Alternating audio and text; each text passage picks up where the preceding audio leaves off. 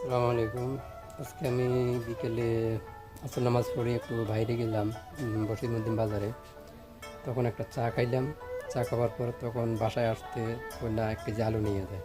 আসলে দেখেন, 1 কেজি আলু 70 টাকা নিছে। 70। তখন আমি দোকানদাররা বললাম যে ভাই, আলুর এত দাম কা?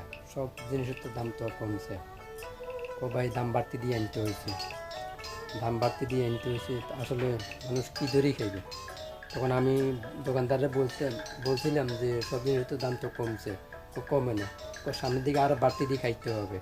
পরে আমার বলতে দেখো, খাইলে খান, না খাইলে নিলে নেন, না নিলে দাঙ্গা।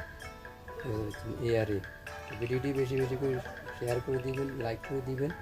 দেখেন, সেন্টিমিটার ব্যবসা এখনও কমে না। হলো বসিমউদ্দিন, বসুন্ধরা, বসিমউদ্দিন। এটা এই বাজারটা হলো বসিমউদ্দিনের বাইরে।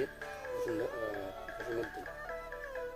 ভিডিওটি বেশি বেশি করে শেয়ার করে দিবেন। ওকে, ভালো থাকেন।